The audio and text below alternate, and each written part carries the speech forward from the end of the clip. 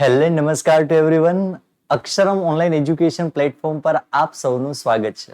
વિદ્યાર્થી મિત્રો, લાસ્ટ સેશનમાં આપણે જે ચર્ચા કરેલી હતી એ આખા ચેપ્ટરનો એક ઓવરવ્યૂ જોયો હતો, એટલે કે એક બર્ડ વ્યૂ જોયો હતો.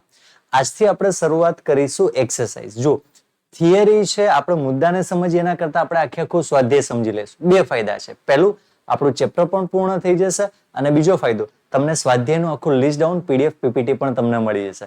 તો થિયરીમાં આજે આપણે શરૂઆત કરીએ છીએ વિભાગ બી, ક્વેશ્ચન નંબર 1 થી 8 સુધી. ચલો શરૂઆત કરીએ છીએ. નીચેના પ્રશ્નોના એક વાક્યમાં જવાબ આપો. પહેલું, ભારતીય આંકડાશાસ્ત્ર સંસ્થાના સ્થાપક કોણ હતા? જો તમે પહેલું સેશન જોયું હશે ને તો તમને જવાબ આવડતો હશે, અને જો ન જોયું અને ફર્સ્ટ ટાઈમ તમે અમારી સાથે જોડાયેલા છો તો પહેલા તો એક કામ કરો, ચેનલને સબસ્ક્રાઇબ કરી નાખો, જેથી આવા એક પણ વિડીયો જે તમારા માટે ખૂબ અગત્યના છે એ મિસ ન થાય. તો ચલો, તો જવાબ છે ભારતીય આંકડાશાસ્ત્રીય સંસ્થાના સ્થાપક ભારતના જાણીતા આંકડાશાસ્ત્રી શ્રી પ્રોફેસર પીસી મહાલનોબિસ હતા. બરોબર છે? શું યાદ રાખવાનું છે? પ્રોફેસર પીસી મહાલનોબિસ. બીજું, સમષ્ટિની વ્યાખ્યાયિત કરો. તો આંકડાશાસ્ત્રમાં અભ્યાસ મેથડ આવતા, વાહ ભાઈ વાહ, અભ્યાસ મેથડ આવતા. ભાઈ ટેકનિકલ ટીમ જોજો, આ બધી જે નાની નાની પ્રોબ્લેમ છે સોર્ટ આઉટ કરજો. અભ્યાસ હેઠળ આવતા તમામ એકમી,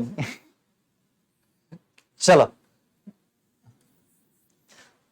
ફરીથી, આંકડાશાસ્ત્રમાં અભ્યાસ હેઠળ આવતા તમામ એકમોના સમૂહ. ચલો આ બધી ભૂલોને સુધારી દેજો. બરોબર છે? તમારા લોકોને આવું નથી લખવાનું એક્ઝામમાં. ઘણા છોકરા નવા નવા જોડેલા છે, વિચારશે કે સર આ બધા શબ્દો અમે ક્યારેય સાંભળ્યા નથી, પહેલી વખત સમજવા જઈ રહ્યા છે.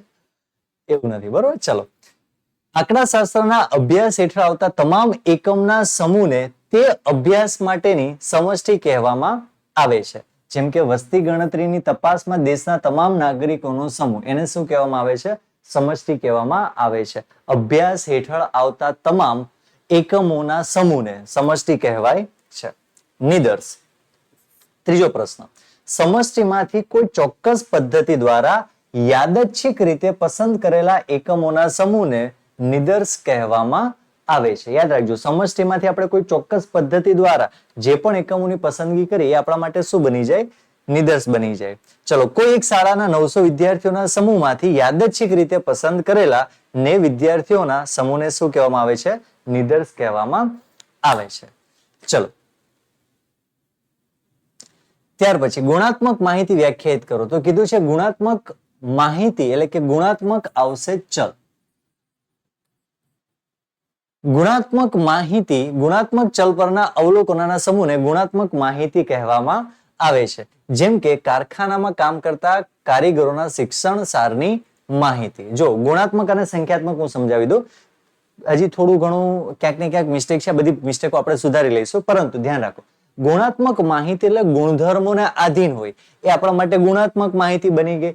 અને સંખ્યાત્મક માહિતીની વાત કરીએ તો સંખ્યાત્મક માહિતી જે તમારે સંખ્યા પર આધીન હોય એ કહેવાય સંખ્યાત્મક માહિતી. એટલે લખ્યું છે સંખ્યાત્મક ચલ પરના અવલોકનોના સમૂહને સંખ્યાત્મક માહિતી કહેવામાં આવે છે.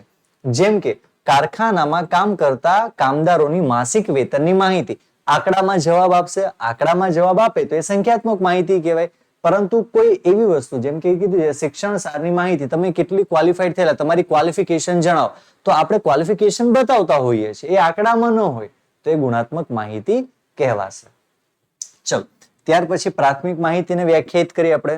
જ્યારે કોઈ અધિકૃત સંસ્થા એટલે કે કોઈ રજિસ્ટર એજન્સી હોય કે ઇન્વેસ્ટિગેટર એટલે કે સંશોધક પોતાની જાતે કે કોઈ વ્યક્તિ કે સંસ્થાની મદદથી પ્રથમ વખત માહિતી મેળવે છે, પહેલી જ વખત માહિતી મેળવે છે, તો તેવી માહિતીને શું કહેવામાં આવે છે?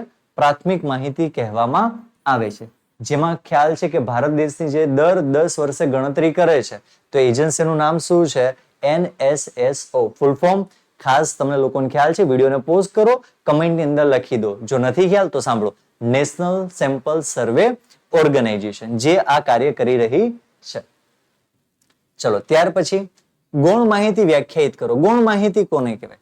તો કે જ્યારે કોઈ અધિકૃત સંસ્થા કે સંસાધક બીજી કોઈ સંસ્થા કે સંશોધકે એકઠી કરેલી, એ લોકો તો માહિતી મેળવી લીધેલી છે, એ લોકો માટે પ્રાથમિક માહિતી થઈ ગઈ છે, પણ એ કોઈ અધિકૃત સંસ્થા કે સંશોધકે જે પણ માહિતી મેળવી છે તેમની પાસેથી એટલે કે એમની પાસેથી એકઠી કરેલી માહિતીનો ઉપયોગ પોતાના માટે એટલે કે તેના અભ્યાસ માટે જો કરે તો તે અધિકૃત સંસ્થા કે સંશોધક માટે તે માહિતી ગૌણ માહિતી બને છે.